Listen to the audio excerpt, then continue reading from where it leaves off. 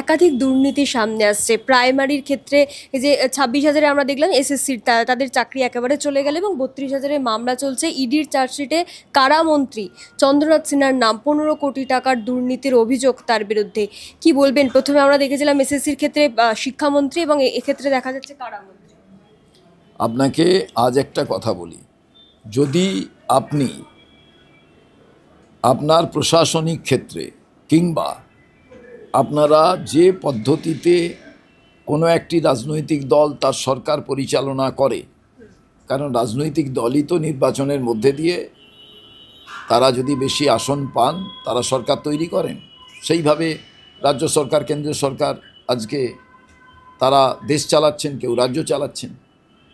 আপনারা আজকে আমাকে বলুন তো, যদি কোনো জায়গায় সরকারের সদিচ্ছা না থাকে তাহলে এই ধরনের দুর্নীতি, করাপশান কিংবা বেনিয়ম একেবারে ঘটতেই থাকবে।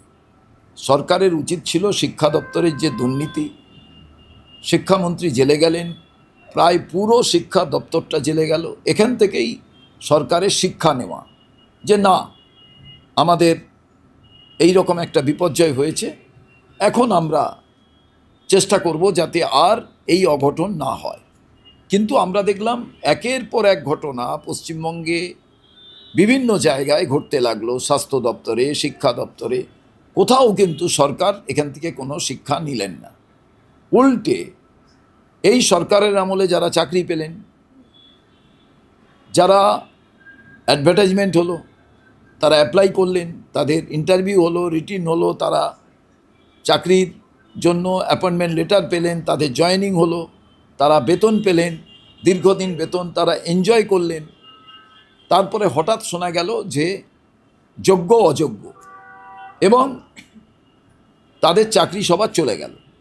যারা নতুন প্রজন্মদের শিক্ষাদানের মধ্যে দিয়ে দেশের সম্পদ বাড়াতেন, অর্থাৎ হিউম্যান রিসোর্স, যে বাচ্চা বাচ্চা ছেলেমেয়েরা তারাই তো আগামী দিনে দেশের সম্পদ হবেন, সেই সম্পদ হতেন, আমরা দেখলাম যে সেই ছেলেমেয়েদের পড়াবার কেউ নেই ক্লাসরুমে, আর শিক্ষকরা তারা এসে সবাই রাস্তায় ধর্ণা দিচ্ছেন, কেউ মার খাচ্ছেন। এই ধর্ণা দিতে দিতে কারুর প্রাণ চলে গেল, সেই ডেড বডি নিয়ে তারা মিছিল করছেন। এই রকম ভয়ঙ্কর পরিস্থিতির শিকার পশ্চিমবঙ্গ আগে কোনো দিন দেখেনি।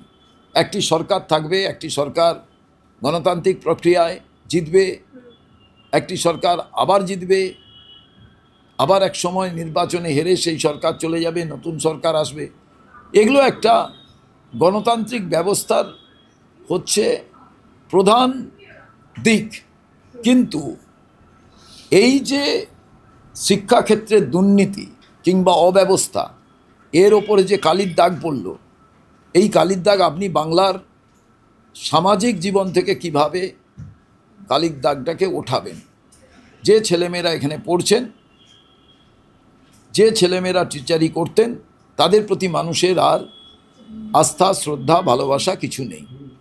কারণ যারাই স্কুলে চাকরি করেন, আপনার মনে প্রথম সন্দেহ হবে কোন সময় চাকরি পেয়েছিল, এও কি কোনো দুর্নীতির সঙ্গে জড়িত। এই রকম একটা এমন অনাস্থার বাতাবরণ তৈরি হয়ে গিয়েছে বাংলায়, যে আগামী প্রজন্ম এর জন্য সাফার করবে। আমি মনে করি যে এটা সম্পূর্ণই বর্তমান যে রাজ্য সরকার, তাদের গাফিলতি, এবং তারা এই সমস্ত দুর্নীতিকে দেখেও কোনো সিদ্ধান্ত গ্রহণ করেনি। অর্থাৎ সরকার এই দুর্নীতির সঙ্গে যে যুক্ত আছে, এটা কিন্তু আর বলে কাউকে বোঝানোর প্রয়োজন নেই। তার কারণ সবাই বুঝছেন, সবাই জানছেন এত বড় সংগঠিত অপরাধ হয়ে গেল, অথচ কেউ কোথাও কিছু জানেন না। কিন্তু দুঃখের বিষয়, আমাদের এখানে ডেমোক্রেসিতে ভালো হোক খারাপ হোক, সব থেকে বড় গুণ হচ্ছে বা বড় দোষ হচ্ছে, নাম্বার যার কাছে আছে তিনিই কিন্তু চালিকা শক্তি। সেই চালিকা শক্তির জন্যই আজকে এই সরকার চলছে। স্যার, যেটা আপনি বলছিলেন, এই যে যারা যোগ্য আদতে, এবং সমাজে যে শিক্ষকদের ওপর একটা তাদের প্রতি একটা যে অনাস্থা তৈরি হচ্ছে, যারা আগামী দিনে শিক্ষক হতে চাইবে, তারা কি আদেও আর শিক্ষক হতে চাইবে? কারণ এই যে বারংবার সমাজে মেরুদণ্ড আমরা যাদেরকে বলি শিক্ষক, তারাই কোথাও গিয়ে আজকের অসম্মানের মধ্যে পড়ছে, বিশেষ করে এই 26,000-এর চাকরি চলে যাওয়ার পর। দেখুন, কোনো একটা ঘটনার মধ্যে দিয়ে সামগ্রিকভাবে সেই প্রফেশনটাকে, সেই পেশাটাকে যদি আপনি ভাবেন যে সেই পেশায় কেউ আসতে চাইবেন না, একেবারে নয়। বহু মেধাবী ছাত্রছাত্রী আছেন যারা হয়তো তিনি ইঞ্জিনিয়ারিং পাস করতে পারতেন, চান্সও পেতে পারতেন, তিনি হয়তো ডাক্তারি পড়ার চান্স পেতে পারতেন, তিনি বড় লয়ার হতে পারতেন, অনেক টাকা তার বেতন হতো, কিন্তু তারা পড়াতে ভালোবাসে। এই যে পার্সোনালি এক একজন ছাত্রছাত্রী তারা জীবন যখন শুরু করেন, কেউ ডাক্তার হব বলে শুরু করেন, কেউ আইনজীবী হব বলে শুরু করেন, কেউ ইঞ্জিনিয়ার, কেউ টেকনিশিয়ান, কেউ সায়েন্টিস্ট, আবার কেউ ভাবেন যে না আমি এগ্রিকালচার নিয়ে পড়ব। ইদানিংকালে তো ভাবা যায়, এক সময় তো ভাবা যেত না, কৃষক হব, এগ্রিকালচারিস্ট হব।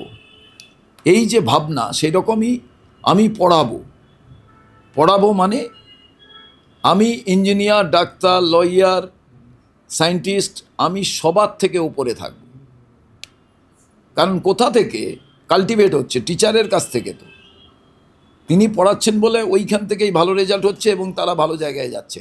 এইবার আপনি যদি টাকার মানদণ্ডে দেখেন তাহলে অনেকে অনেক রকম ভাবতে পারে। এখন তো টিচারদের পে স্কেল খুবই ভালো, যদিও পশ্চিমবাংলার শিক্ষা ব্যবস্থায় যে বদনাম হয়েছে কিংবা যে কালির দাগ লেগেছে, তারপরেও আমি মনে করি এ বাংলা তো শুধু এই করাপশনের বাংলা নয়, এ বাংলার ঐতিহ্য আছে, এ বাংলা রবীন্দ্রনাথের বাংলা, এ বাংলা নেতাজির বাংলা, এ বাংলা অমর্ত্য সেনের বাংলা, এ বাংলা বিবেকানন্দের বাংলা। এ বাংলায় বহু শিক্ষক আছেন যারা পড়ান, টিউশন করেন না। বহু ডাক্তার যেমন আছেন প্রাইভেট প্র্যাকটিস করেন না, তেমনি বহু টিচার আছেন। আর এ বাংলায় বহু এমন টিচার আছেন যারা বিভিন্ন প্রফেশনের সঙ্গে থেকেও রিটায়ারমেন্টের পর কিংবা ওই প্রফেশনে থাকাকালীন তারা গিয়ে পার্ট টাইম পড়ান। অনেক অর্থনীতিবিদ আছেন যারা এইভাবেই পড়ান। তো আমি সামগ্রিকভাবে মনে করি বাংলার ঐতিহ্য তো কোনো একটা সামগ্রিক কিছু দুর্নীতি, কিছু স্বজন পোষণ, কিছু অব্যবস্থা, কিছু এমন ঘটনা যা বাংলার সমস্ত দিককে অন্ধকারে ঠেলে দিয়েছে। তারপরেও বাংলার আগামী প্রজন্ম যারা, তারা নিশ্চিতভাবে বিশ্লেষণ করবেন, বিচার করবেন এবং তারা সিদ্ধান্ত গ্রহণ করবেন যে না, এ বাংলা হিত গৌরবকে পুনরুদ্ধার করতে হবে। এ বাংলার যে সমস্ত ভালো কলেজ আছে, বিশ্ববিদ্যালয় আছে, সেগুলো কোনো অংশে বিশ্বের অন্যান্য বিশ্ববিদ্যালয় কলেজের থেকে কম নয়। আপনি ভাবুন যাদবপুর মেধা উৎকর্ষতায় বিশ্বের দরবারে প্রতিযোগিতায় নিজেদের জায়গা করে নেয়। তো সেই যাদবপুরের ছাত্র ছাত্রী খুন হচ্ছে, এটা দুর্ভাগ্যের বিষয়।